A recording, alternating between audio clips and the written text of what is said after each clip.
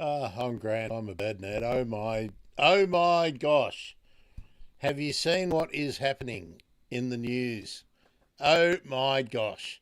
We will we will get to that in just a minute.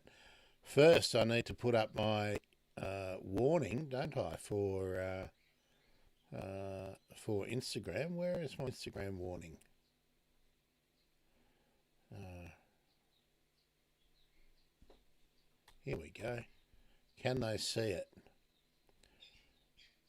Maybe not. Instagram. If you're going to jump in on Instagram and you want to contribute, you should be coming uh, over to Facebook Live or YouTube, thebirdemergency.com/YouTube or thebirdemergency.com/Facebook. Okay. Uh, Thanks for the Facebook Live. Oh, hello. Naomi says, oh, I better wear my glasses. I can't see when the screen's so far away. Naomi says, hi, Grant and Loz. Looking forward to this one. Okay, Loz will be with us shortly. I just thought we'd get through a bit of stuff before I unleashed lorikeet mayhem on us. Thank you, Naomi, for sending some pictures through, which we will talk about. Going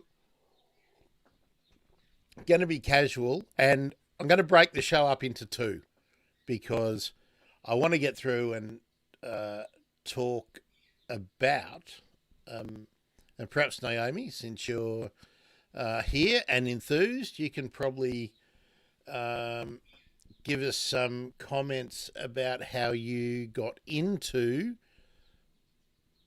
bird watching, birding, and the type of bird watching and birdinging that you do.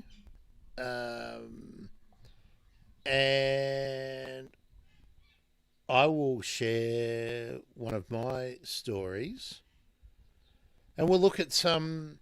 I just had a look at some of the rare bird alerts and stuff on eBird, and I'm also going to pull up for us to look at something I really enjoy, which is the Bird ID group on Facebook for Australia. And I know there's other groups worldwide, and that's great. But today we're just going to look at the Australian ones. And we'll just let off some steam. I'm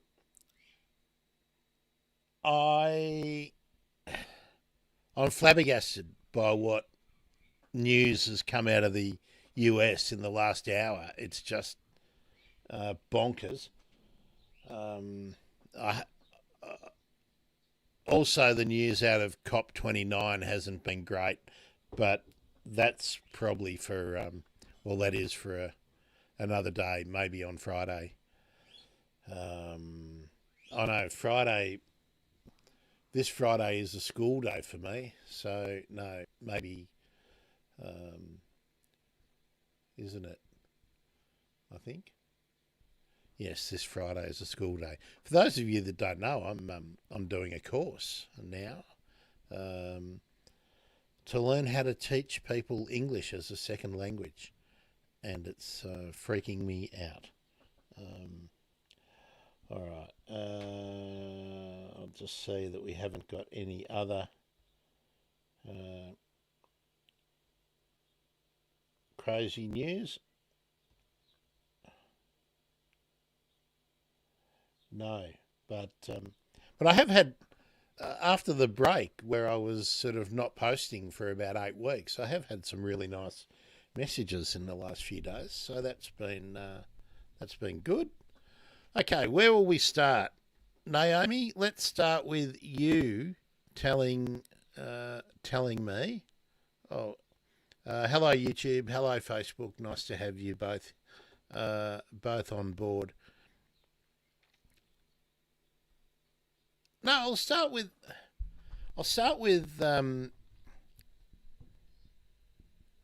why I continue to love birding and why I can be just as satisfied watching some sparrows going about their business as I can with the thrill when I saw a group of bustards, Australian bustards, when I was away with Millie. And it's because we can identify with birds. It's easy to anthropomorphize birds, put our own feelings, and we can think about what it would be like to be a bird. And I think the longer that you watch them and interact with them and learn things about them, you can also see how much like the portrayals of velociraptors and things are, like on Jurassic Park. I saw some chickens the other day, and I was thinking, God, they are so much like dinosaurs. Every time Loz has and if you're new to the show, Loz is my my friend, Rainbow Lorikeet, and when Loz has a bath and is all wet, Loz looks like a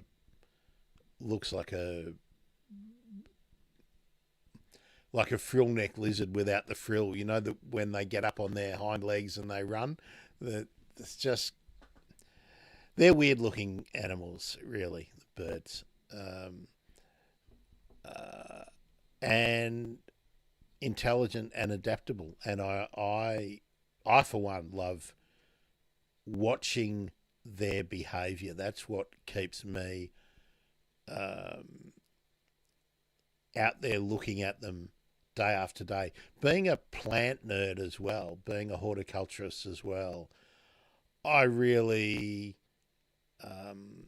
I sort of stand back and watch where the birds interact with plants and how the functional element of plants and plantings facilitate bird behaviour, or indeed limit bird behaviour. And behaviour is probably the wrong word, but also how it doesn't facilitate birds visiting, how they don't visit gardens or parks or habitats with a particular structure. But I think I've recounted before the thrill I got where I'm thinking back. I think I was about 7.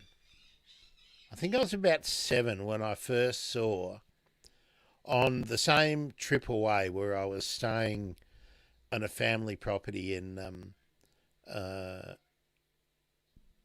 Dandenong Ranges, just on the other side of the mountain ranges from Melbourne. And I saw in the same trip, the same weekend, or it might have been a week, school holidays, seeing an eastern whipbird and the olive whistler. And I had been hearing both of them for a while before I was able to cast my eyes and actually see them and identify them. And that was thrilling as a little kid, because I knew at that stage that they were difficult, or not difficult, but they were not the run-of-the-mill bird to see in most locations. So that was really exciting as a youngster. I can't remember the first time that I really appreciated seeing a bird but I can remember being very, very young and hanging around with one of my uncles in his garden, at his veggie garden, and this was on the Mornington Peninsula.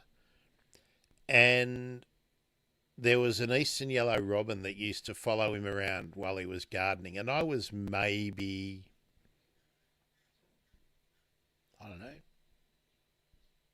five or six, I reckon. Maybe I could have been younger, but I don't think I have any reliable memories any younger than 5 years old. Uh, and I remember thinking that was fascinating, that this bird that was, so cute, was also so friendly,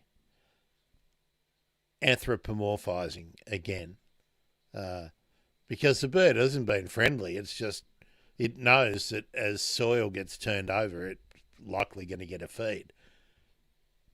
But we put our feelings, we project our feelings onto animals. We do it with our pets, and we do it with wild birds. Um, and I certainly felt that. But what is it? What is it within us that causes some of us to take a childhood experience like that, and that at some time later turns it into this need to um, keep watching, keep understanding, keep learning, and indeed for some of us to start keeping lists and ticking them off and going on expeditions around the country, around the world, uh, in search of new birds that you've never seen before. And and what is it that makes some people um, fanatical about it? Um, what is the difference? Now, Naomi, I know you're looking forward to this conversation, so uh, I want you to share, please, your, if you can, and this is for everyone. Actually, I'll better make a banner. Uh, let's uh, let's edit this banner. What is your earliest memory of birds or bird watching?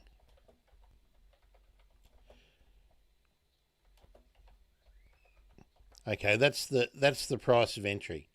Uh,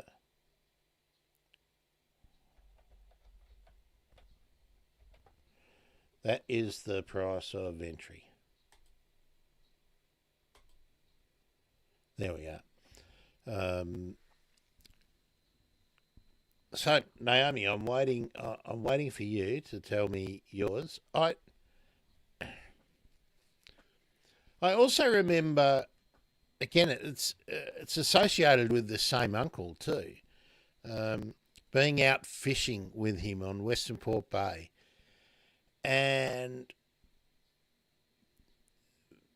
I always had that familiarity, being brought up um, by the beach, uh, coastal country kid.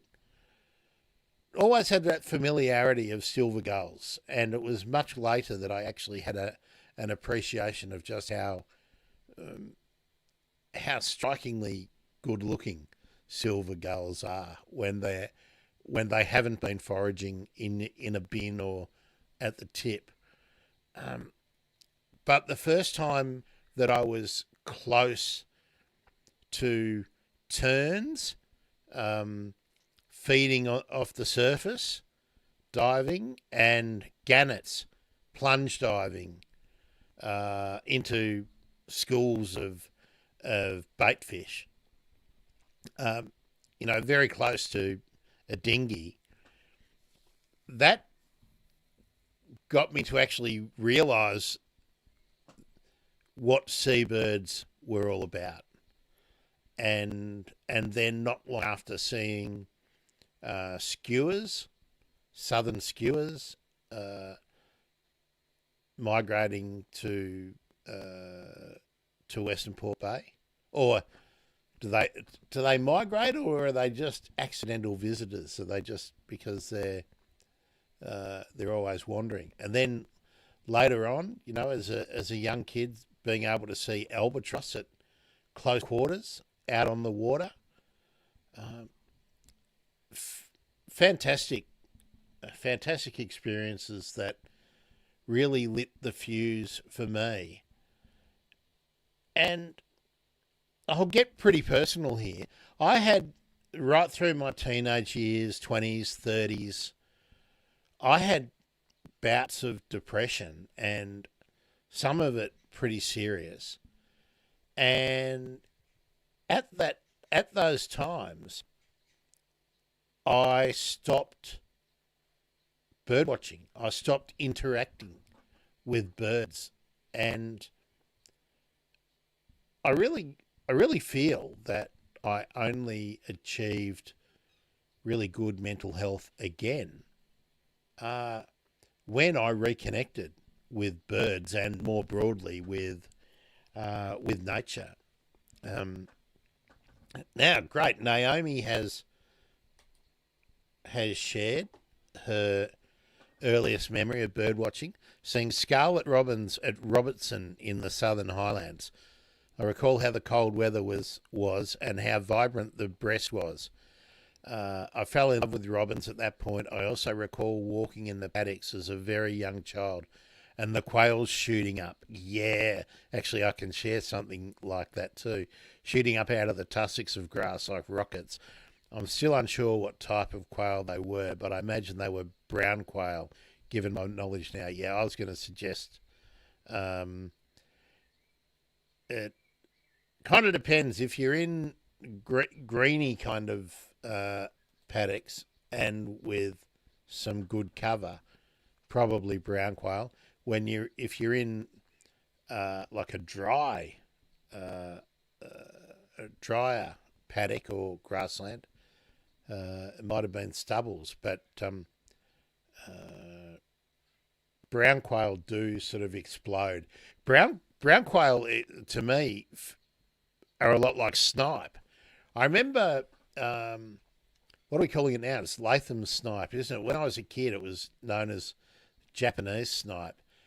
And growing up in the little town, I used to spend some time on a farm, which was, we could look out our front door and across the road, the unmade spoon drains along the side, pretty real rural existence. But there was paddocks straight across the road, and you could see up in the distance on the hill was the house paddock area for the farm.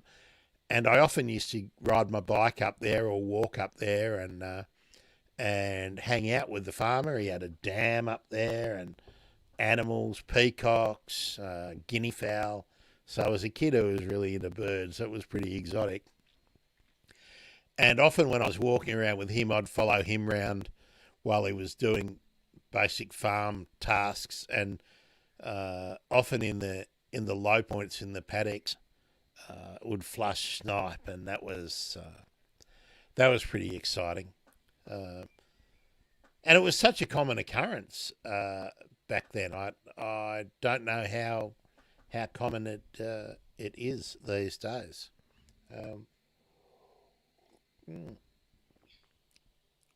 Naomi, you told us your earliest memory, but when did you start taking an appreciation of birds more into bird watching? if you're happy to share that, because you've turned your bird watching sort of more into an interest with photography as well, and actually there's a good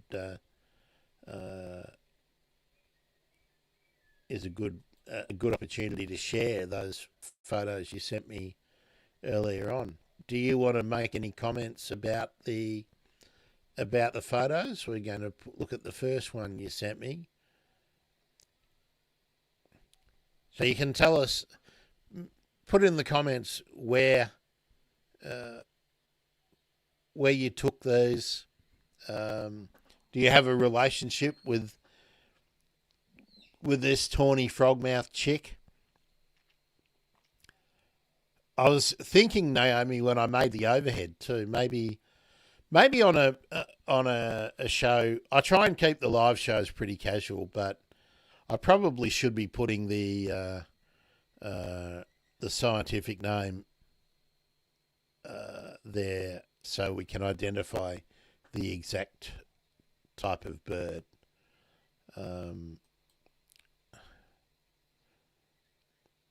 There's another one. The tawny frogmouth chicks. I always wonder why they're not a little bit more camouflaged, but they would be hard to pick out.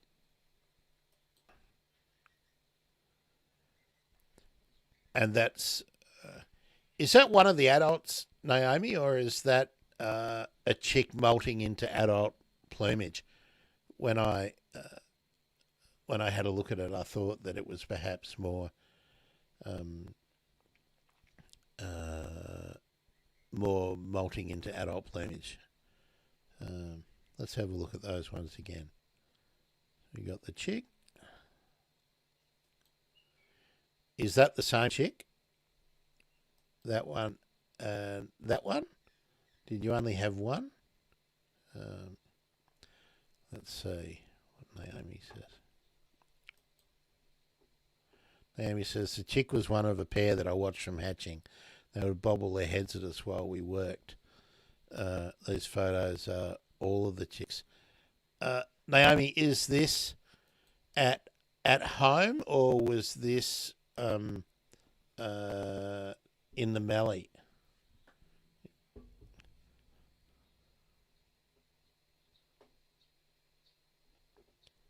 Because you had that, you've had that nice time down doing work. You'll have to fill us in on a habitat gardening on how all that is going. Actually, you should come on and join us live. Chit chatting would be good. And there's a great bird, the rainbow bee-eater. I think really extending their range, becoming quite common in different parts of the world now, different parts of the country. Okay, so these were all taken in the mallee. That's very good, very good. Naomi, I'm going to rely on you to give us a bit more information. I'll just we'll come back and have a look at the photos a bit more as more people come in and join in. Hopefully they do. What have been your highlights now, Naomi, of the birds that you're getting at your mallee block? And for people who don't know, if you haven't ever popped into a habitat gardening on Saturday morning show, Naomi's got hold of a little block in the mallee, which is in northwestern Victoria, and it's arid. It's semi-desert country. So it's very different to where Naomi is situated usually, because Naomi lives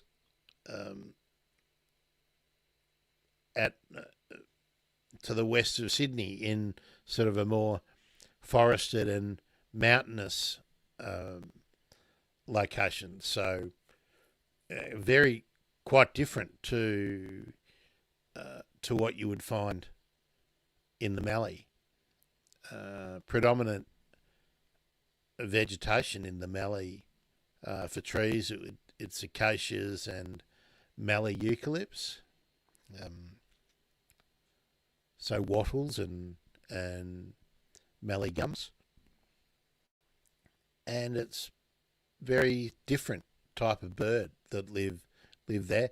And indeed, many of the birds that live in that habitat, in that part of Victoria, are endangered or close to endangered simply because the habitat is disappearing. And Naomi's being involved in putting some plants back there, so and protecting a little piece of that habitat.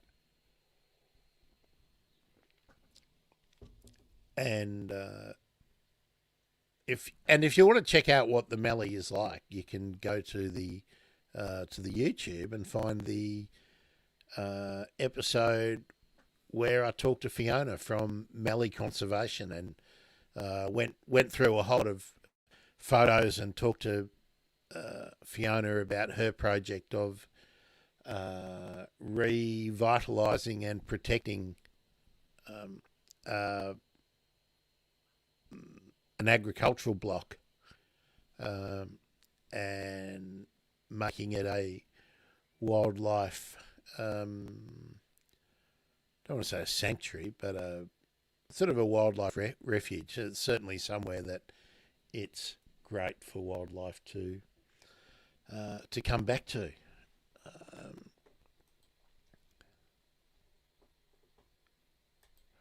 Naomi sharing another highlight. All right, the greatest highlights have just been the variety of birds. Spiny-cheeked honeyhead is common. I've never seen them in the Blue Mountains. No, they're a heathland and a mallee sort of bird. So yep. And the splendid fairy wrens are just gorgeous.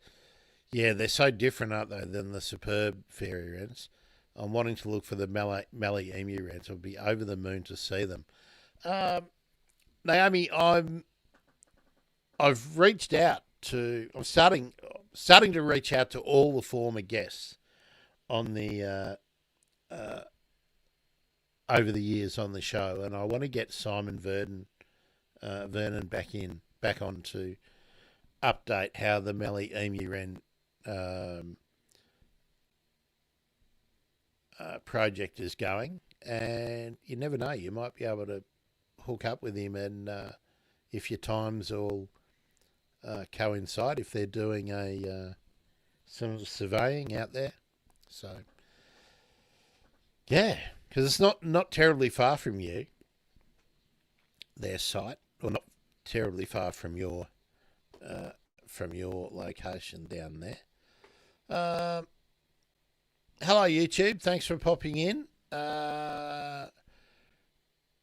What we're wanting to do is get you to participate. What is your earliest memory of birds or bird watching? That's sort of where we want to start. Oh, great, Naomi. You got the exact location of mallee emu wren in Hatter. Okay, very good. Naomi, are you seeing the hooded robins down in the mallee? That's always an exciting one. Do you still get that burning? It's not burning, is it? It's that explosive release of endorphins when you see something new at bird watching. I'm not going to give an ongoing diatribe about how I get excited, but I did get excited this morning. I was out early because I go out and pick some flowers for Loz each morning. So he's got some exciting new flowers, and he can mimic his wild behaviour in the cage, and also I have up on my bedroom tree here. I've got some callistemons, and out on the other perch for him in the lounge room, he's got some melaleucas and some brachychitons out there today. Um, but today I saw a small group of rainbow lorikeets fly overhead, and one musk lorikeet in amongst them. So it's this time of year when the musk lorikeets start turning up, and then a little bit later we'll get the little lorikeets and the purple crowned lorikeets. So that's always fun. Uh, Naomi Naomi saw one hooded robin in Wyperfeld. So I'm guessing if you saw one, you identified a male. I'm guessing a black and white. Striped honeyeater for the first time. Yeah, striped honeyeaters are cool, aren't they? And wild cockatiels. Naomi, did you notice when you saw wild cockatiels flying that the surprising amount of white in their underwing when they're it is their underwing, isn't it? It's more like white. Yeah, cockatiels. If you see a flock of them flying, especially if you're driving and they coming alongside the car, it's very exciting. Um, yeah, what? Why is it that that excitement comes? Do you think? Like, um, I get a different kind of excitement when I'm out hunting for plants and I find unusual or rare plants, but it doesn't compare with the feeling. Uh, it just doesn't compare with the feeling that I get when I see birds. And here we are, Naomi screamed for the car to be pulled over. Um, Now that's the cockatiel story. What about the hooded robin? Naomi was generally they're hanging out in pairs. That's been my experience. So I'm thinking that you probably saw a male, um, but whenever I've seen a male, there's always been a female or some young uh, nearby with the hooded robin. So. All right. Well, what I'm going to do now is pop over to the rare bird alerts. Oh, I better share the screen.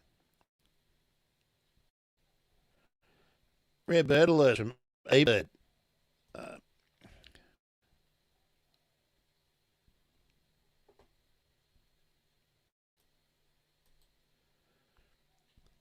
I haven't done this. I haven't done this for a long time. Uh, since I last did this with Ricky, which is quite a while ago now. Let's see if there's anything. So Broome, Bundaberg, these will all end up being the same. Uh, what are the details on the semi-palmated plover? Oh, there we go. So photos, I like that. There we are.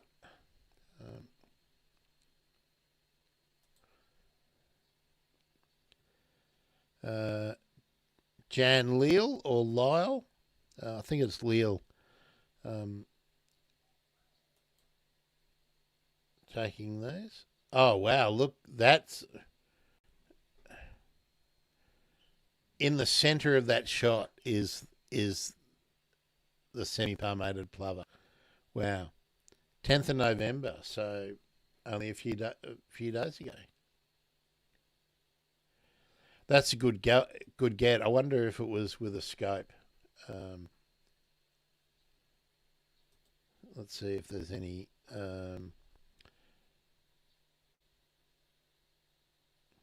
So semi-palmated plover. What about the common ring plover at Broome? Photo will follow. Um, what else have we got?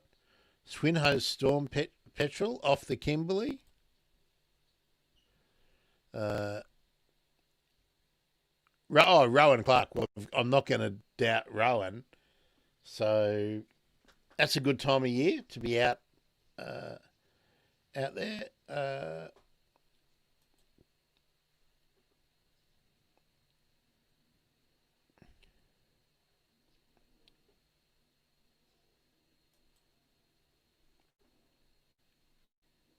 I wonder if Birding Southwest. I wonder if Rowan is running that. That must be a tour. I wonder if Rowan was running it. Uh, by the way, you can find Rowan Clark. Rowan's been kind enough to be a guest on the show once before. Abbott's Booby. Is that?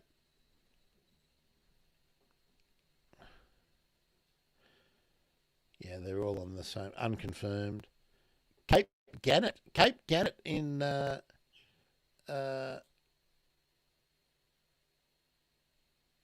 that's a good get. Well done, Linda. Um, Arctic Warbler. Browse Island in the Timor Sea. Call recorded. Great. They're obviously not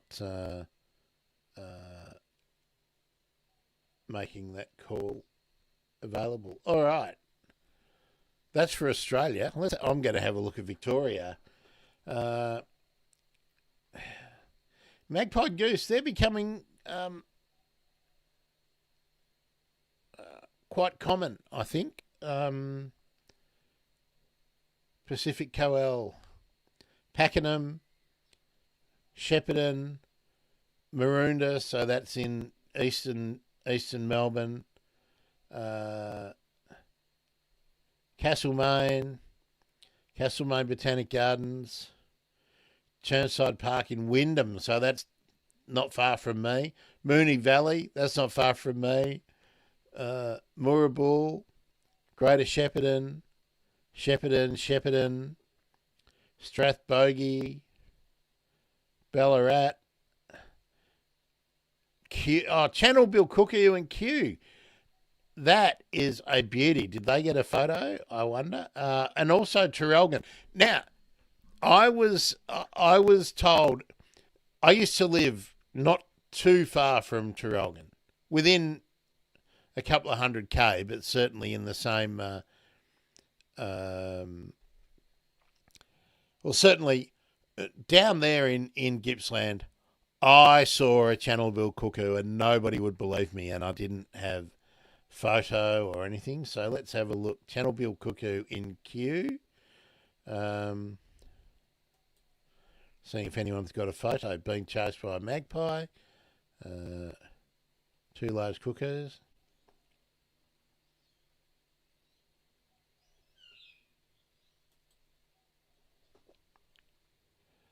Okay.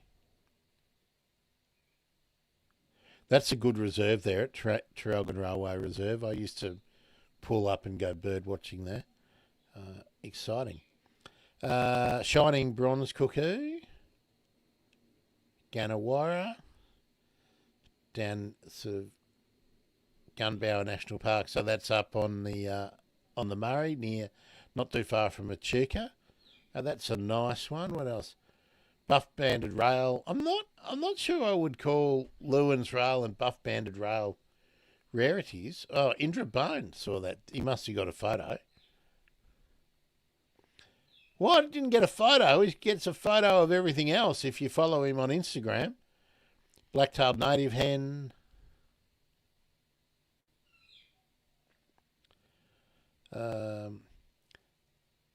Maribyrnong, so that's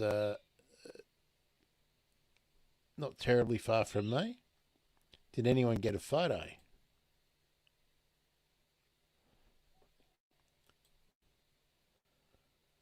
I should get out and oh,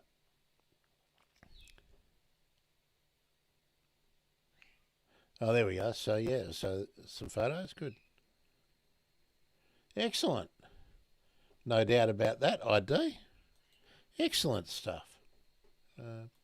I'll just check again. For anyone who pops in on Instagram, oh, hello, Farmer Dave, back on the pen. Farmer Dave has joined on Instagram, so I'll be able to let him know.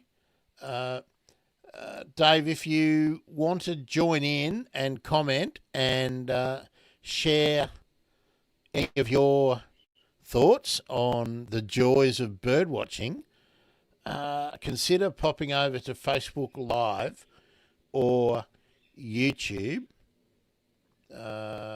It's easy to do, thebirdemergency.com/Facebook or thebirdemergency.com/YouTube, and it integrates much better. You'll be able to do something like this. You'll be able to say, put a comment in, and I'll be able to share it with everyone, like Naomi, where Naomi's been talking about being excited seeing hooded robins recently. So yeah, there we are. So Dave, I know you will have caught up with that.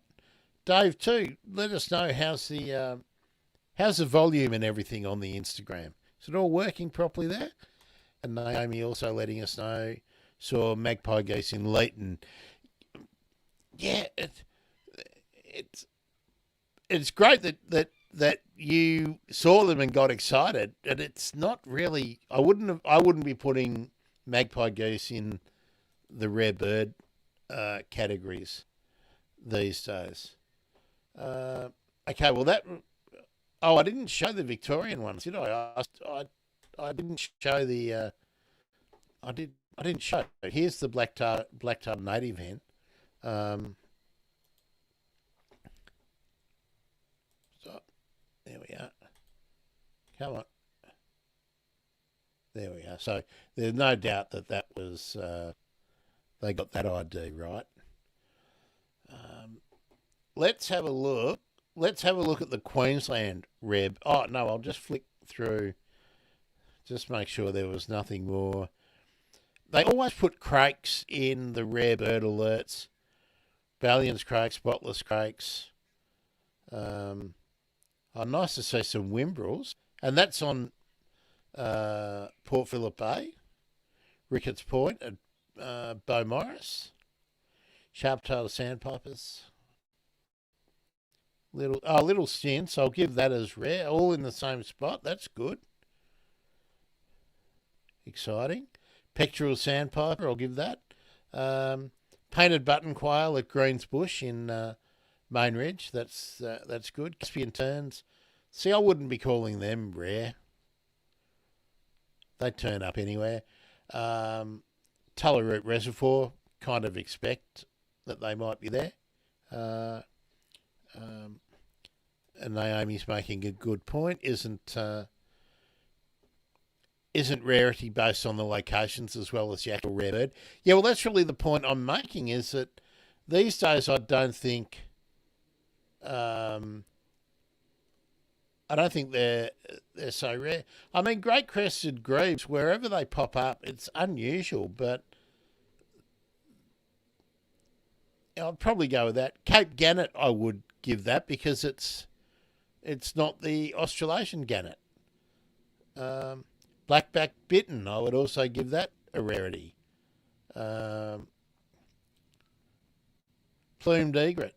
I'm not sure they're so rare because people just aren't that good at identifying them. Black kite, no, I wouldn't give that. King parrot. King parrot? Oh, Ballarat, yeah, maybe. I'm not so sure about Port Phillip. Swift parrots, yes. Greater Geelong, that gives an idea of how far and wide they roam. Knox, that's eastern suburbs Melbourne. What else have we got? Greater Geelong, did we get a photo there? No. Greater Bluebonnet in Horsham.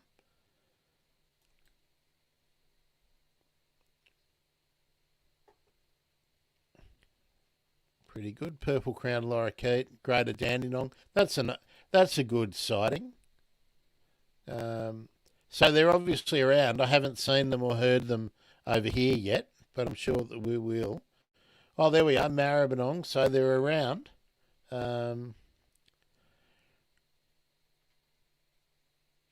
Variegated fairy wren at Pat Your Wallet. Oh, look who I saw here.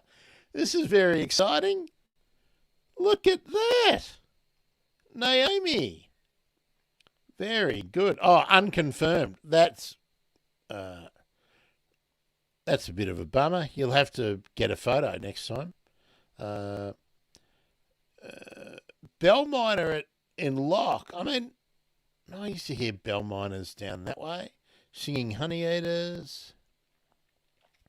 Singing honey eaters are expanding their range, I think, displacing some others.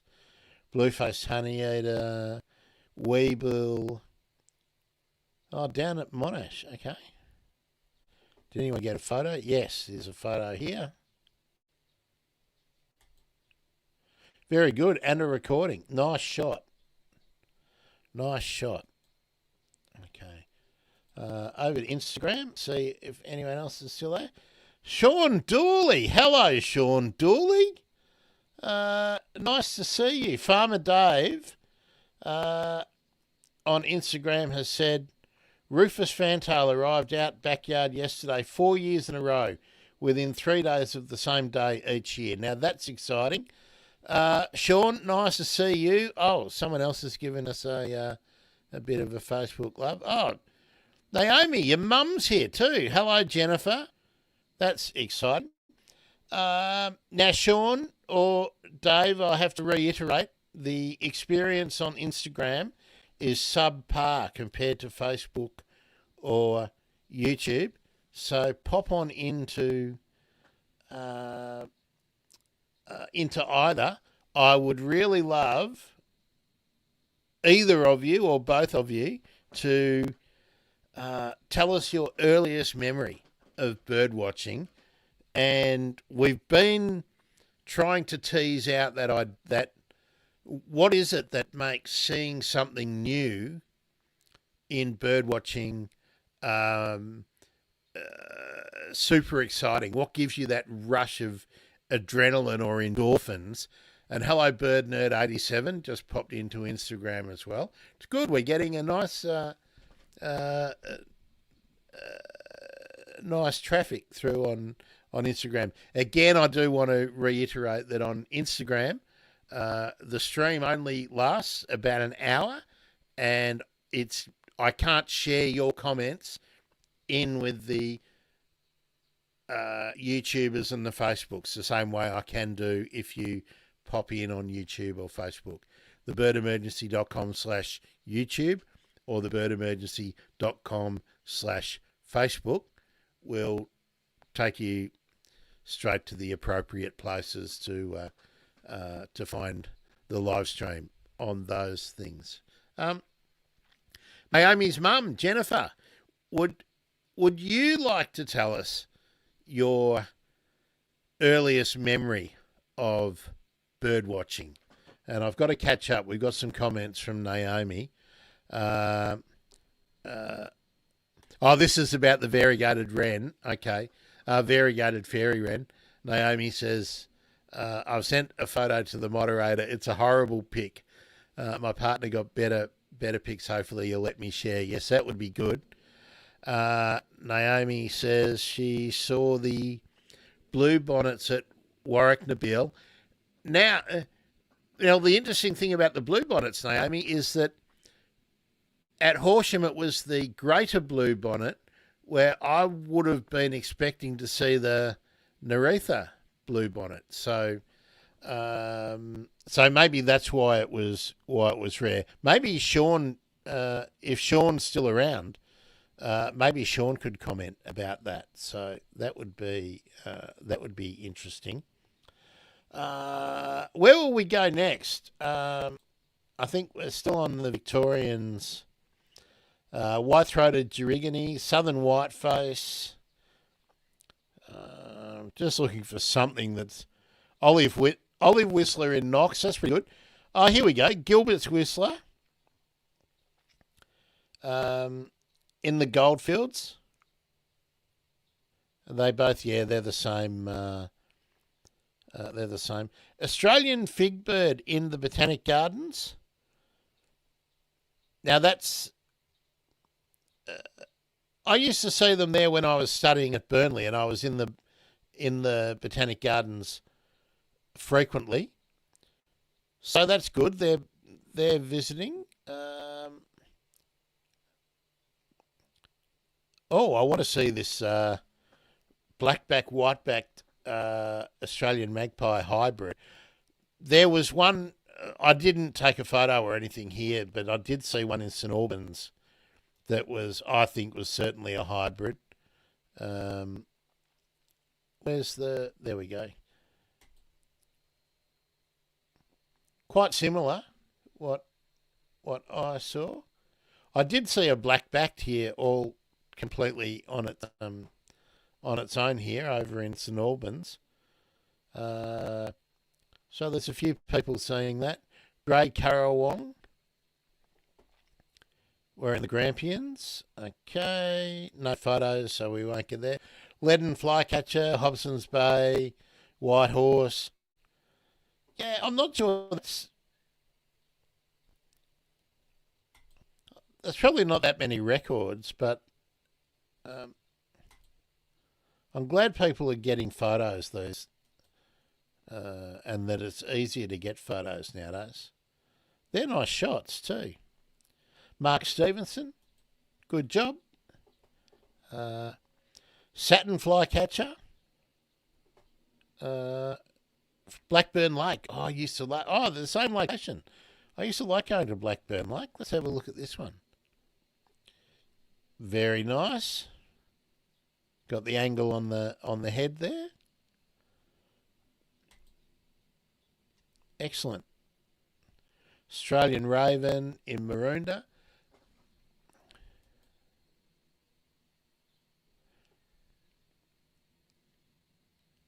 Brown Songlark, Bassie and Thrush. Where was that? Wyndham.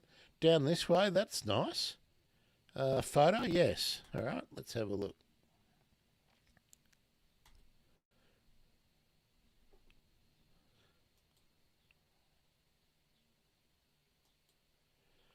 No wonder they go unnoticed, hey?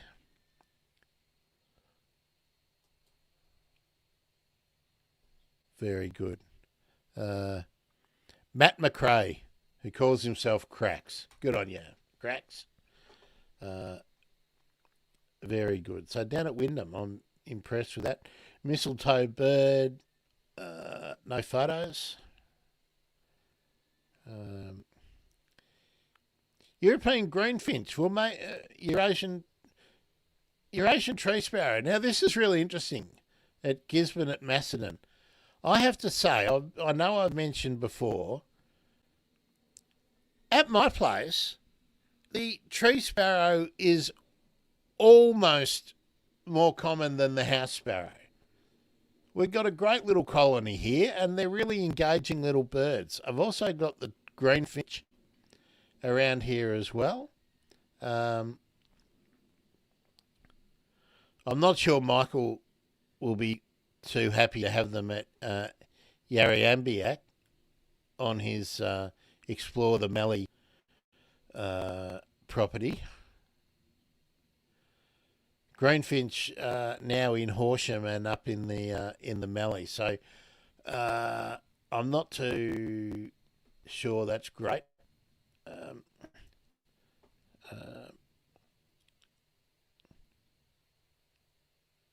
So again, I hope the Instagrammies are still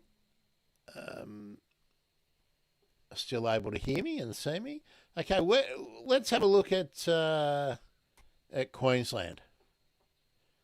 The Queensland rare bird alerts on eBird.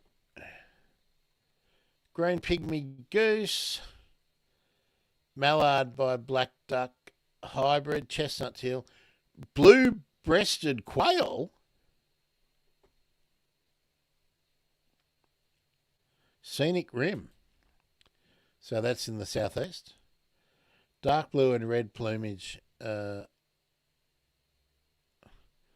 Blue-breasted quail. I don't even know what the blue-breasted quail is. So let's have a look.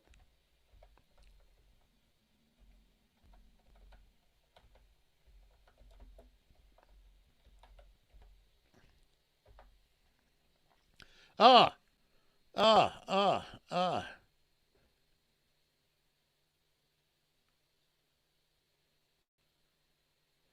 I'll just show you because it's had a name change. I've always called it the king quail, so uh,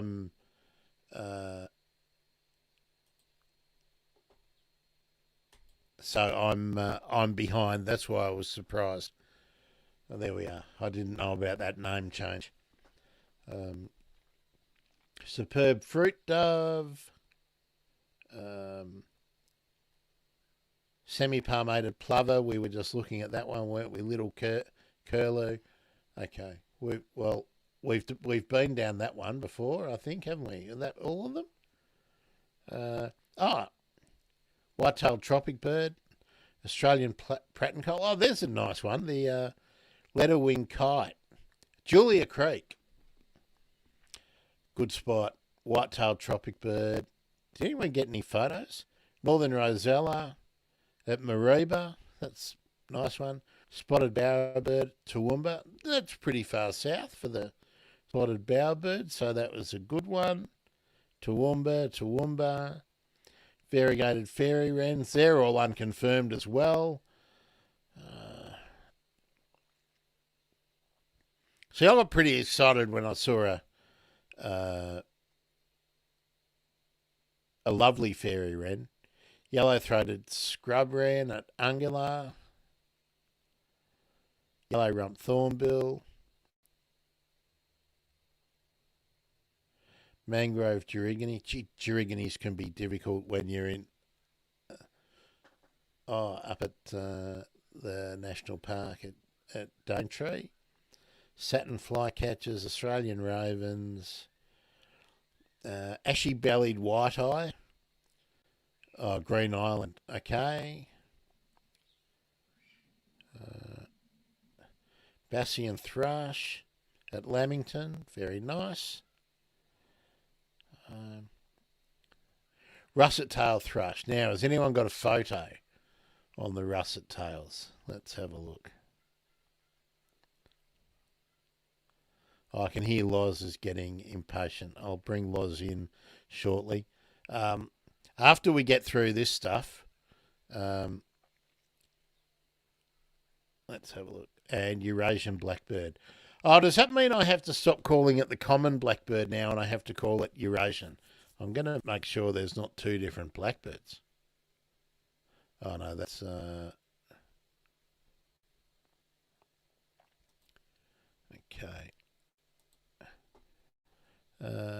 Okay, well, that's the end of Queensland. Let's whiz over Instagram again and see if anyone's happening or someone's sticking with us. That's good to see. I do really want some more feedback on your first ever sort of bird watching experience. Your earliest memory of bird watching. Is there something that makes you stick out? I don't really want to hear about the time you got terrified by a chicken or a pigeon or something. We're not talking about terrifying birds. Naomi, another comment here. I'm unsurprised about greenfinches and sparrows in the Mallee. There are tons of them. Yeah, it's sad but good food for the Nankeen kestrel and the collared sparrowhawk and the hobbies.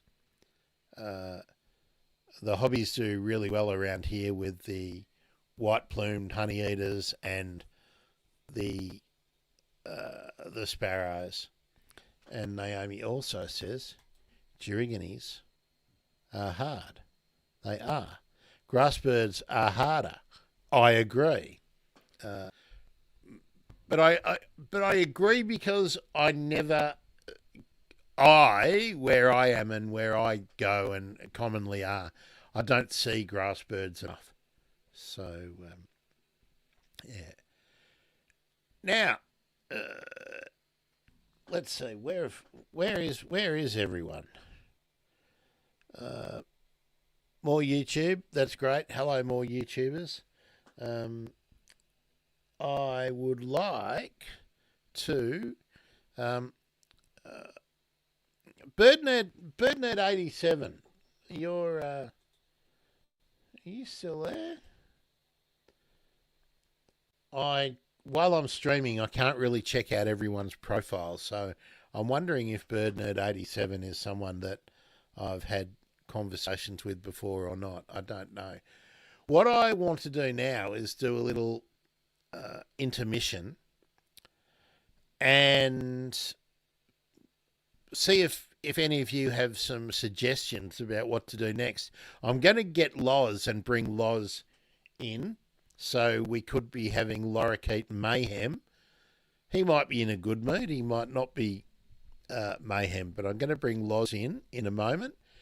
And then the Instagram feed will drop off automatically sometime soon. So if you're watching on Instagram and you would like to keep joining in and meet Loz the Lorikeet and perhaps see some Lorikeet Mayhem while we look at some news, and I'm not guaranteeing that the news is going to be good, come on over to the birdemergency.com/YouTube or the birdemergency.com/Facebook. I'm going to put my intermission screen up and we will play.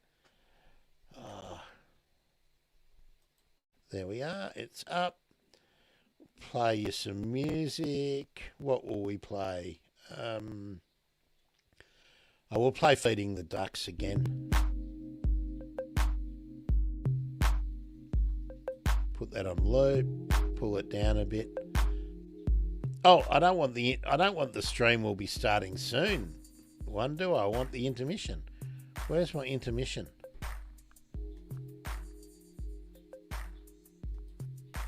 There we are. Oh. There we go. That's what we want. I'm going to go and get Loz, and I'll be back in a few minutes.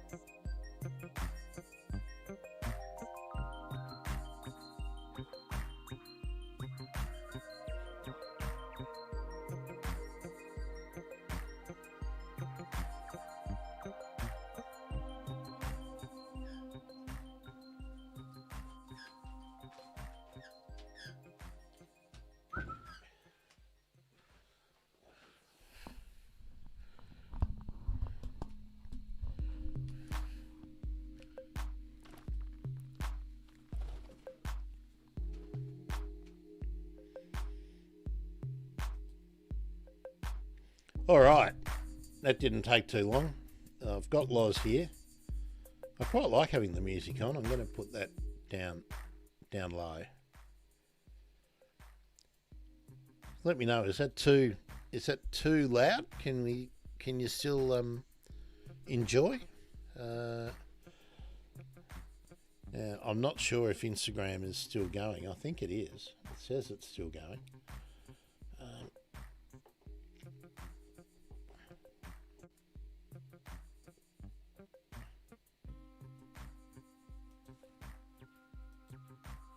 There we are, back here. Just let me know if that music's too loud.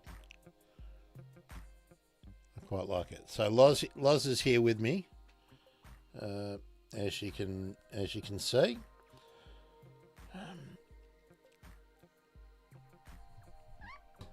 Now. Um,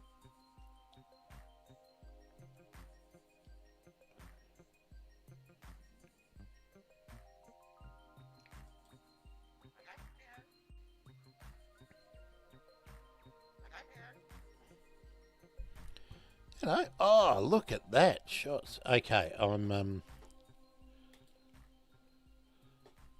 onto the Facebook groups sharing now.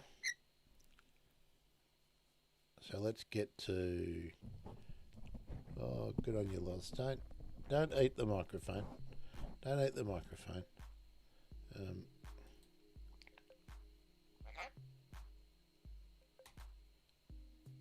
I'll get on that layout now.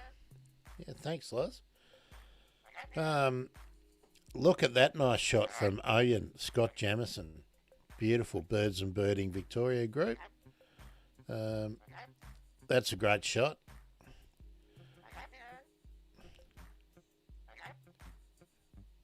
So we'll just have a little whiz through here while Loz displays and tells me he loves me.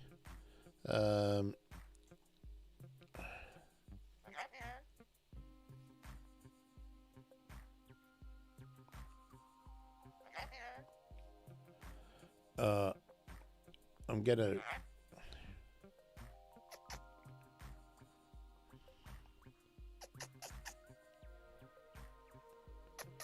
I think I will save that one.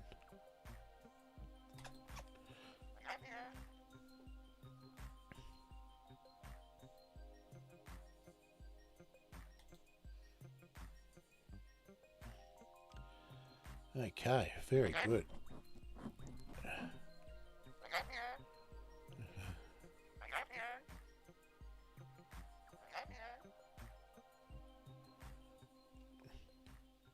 Malakuta in Victoria.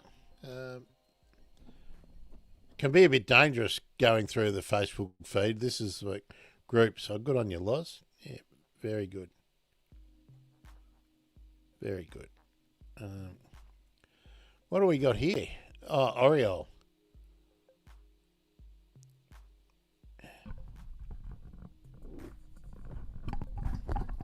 No, catbird. Comments. Oh, it's a bowerbird, but it's no colour. No, female figbird. Yeah. Yeah, there we are. Very nice.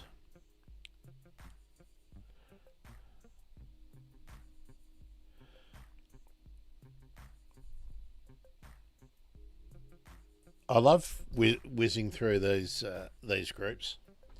Okay. All right. Would you like me to share the news? Got some.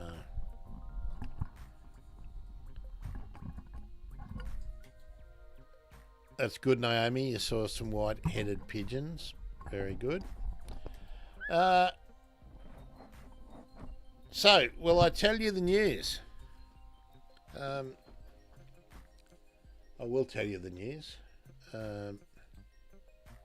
I'll share the screen as well.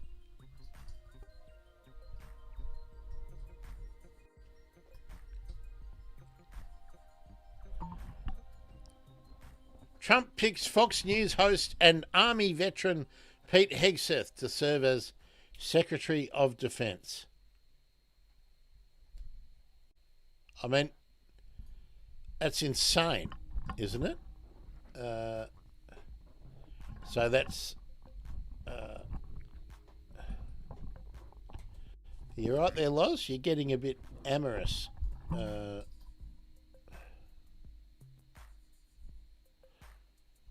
Looks like they've... There we are.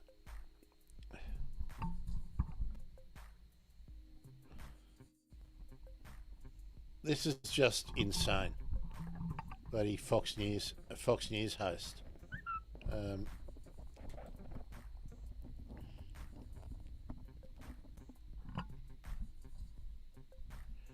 Our military will be great again and America will never back down. He's the peace He's the peace guy, isn't he? Donald Trump, the peace guy.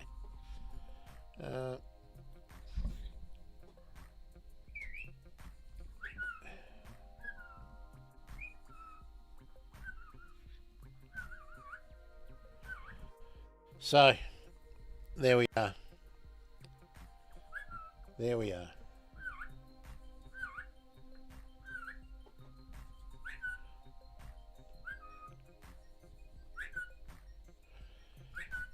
There we are. Okay, where's my group? There we are. Back to here. Back to sharing. So,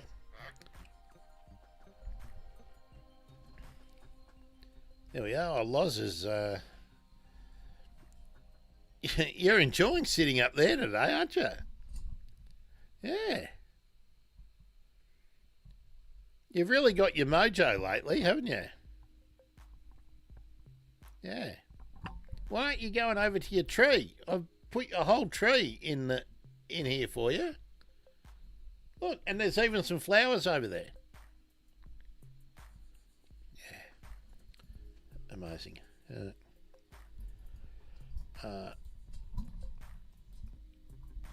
Naomi says, will he pick Jesse Waters for Environment Minister? It's just frightening.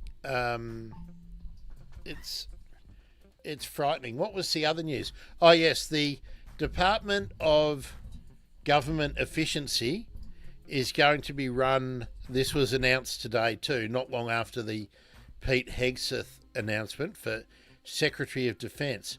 I mean, the Secretary of Defence runs the American military. Fox News host.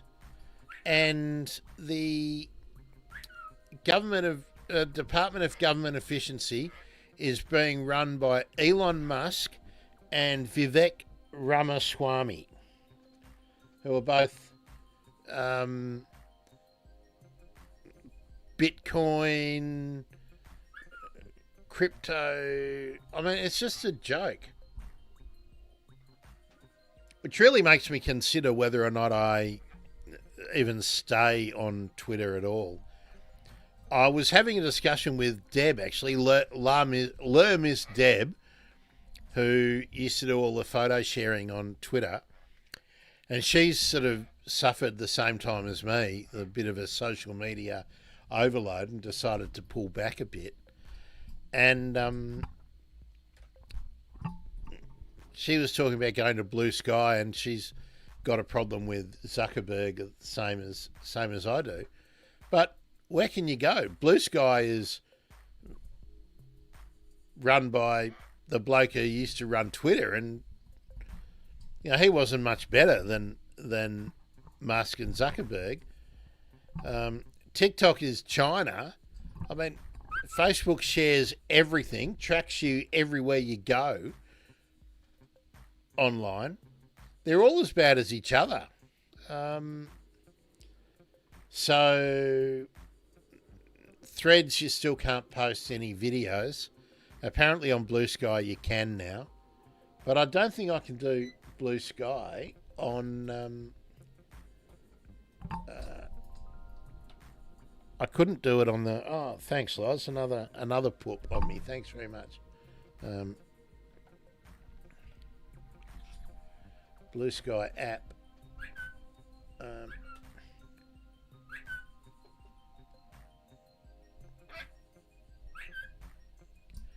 Oh, it's on the App Store now. Okay. But is it on here? Okay.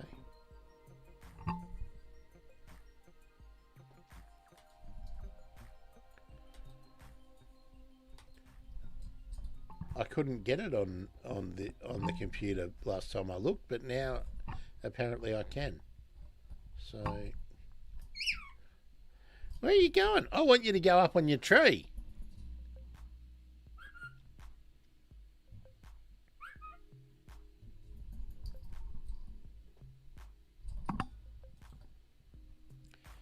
Oh, it's only on iOS. Yeah, that's what I thought. Okay, so I can't do updates while I'm here on the computer. So yeah, that's the Woo! Woohoo! Okay. So there we go.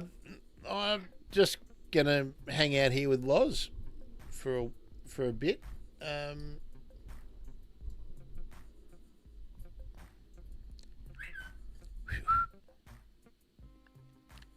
Very good, mate. What?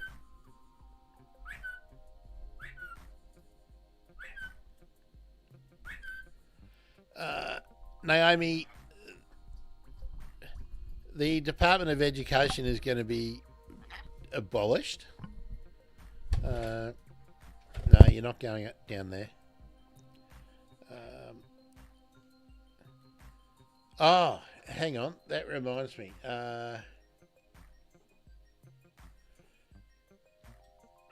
Let's have a look at news from COP29.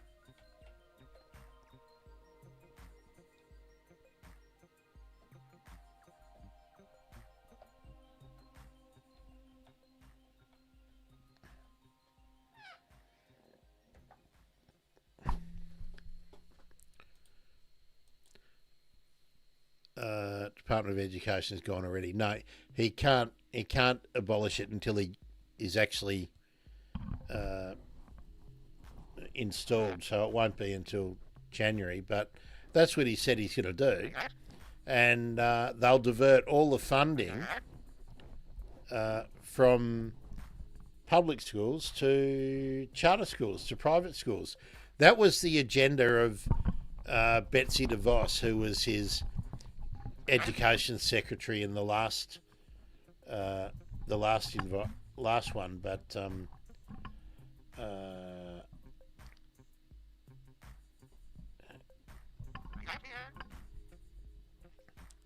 now I'm just having a look, updates on the COP, seeing what they're saying.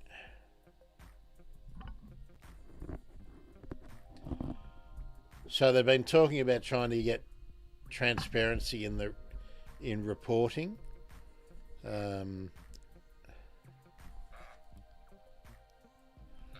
Transparency, a cornerstone of the Paris Agreement, enables stronger climate action. I'll share this tab. Let's go through this. Today, UN Climate Change Executive Secretary Simon Stiel recognised as champions of climate transparency the first 9 countries that have submitted their biennial transparency reports.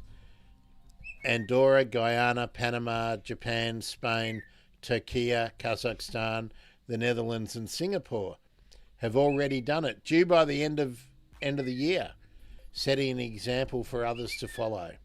The reports are a powerful enabling tool for all governments, building a robust evidence base to strengthen climate policies over time and helping to identify financing needs and opportunities.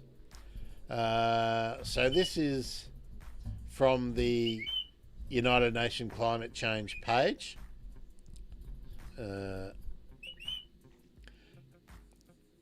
Worsening climate impacts will put inflation on steroids unless every country can take bolder action.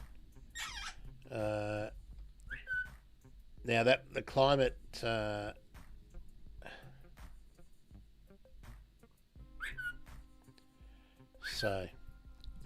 that's the update for today. I'll take that out there now.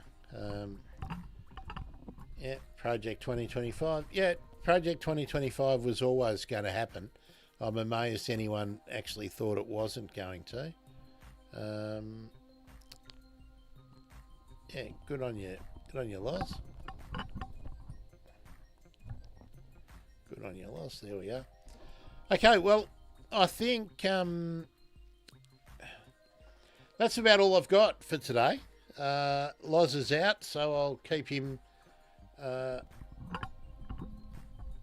happy for a couple of hours. He can play around while I'm watching TV or something. Yeah. There we are. Very good. And I don't know if I'll be on tomorrow. I haven't really got, unless there's something that crops up in the news that I would like to talk about. I'll probably have tomorrow. I'll probably do my assignment for my course. Might do that tonight. That'd be good, wouldn't it? So thanks for joining me, everyone. Instagrammers, it was nice of you to pop in. It was good to see your mum, Naomi. Thank you, Naomi. It was good. I needed to do something after seeing that ridiculous news. Habitat gardening Saturday morning. I'll probably come on just for another fun stream, but it might be an evening stream, so I'm not sure regulars can see us. I just like doing a stream with Loz. He's so entertaining. There we are. Yeah, aren't you? You're very, very good. Okay, folks. If you've got any birdwatching highlights that crop up, share them with me. You can always send stuff to grant@thebirdemergency.com, and I'll try and do more birdwatching content, as well as many, many more interviews. We've got some lined up, and I've got some archival stuff that will come out on the YouTube page over the next week or two. Got a bunch lined up. So if you haven't caught all of the live streams and you don't go back and look in the live streams part of YouTube, you'll be able to find them in the videos, which would be good. Okay. Thanks, everyone. I'm Grant. I'm a bird nerd. This is Loz. He's not a bird nerd. He's a bird. That's it for today. See ya.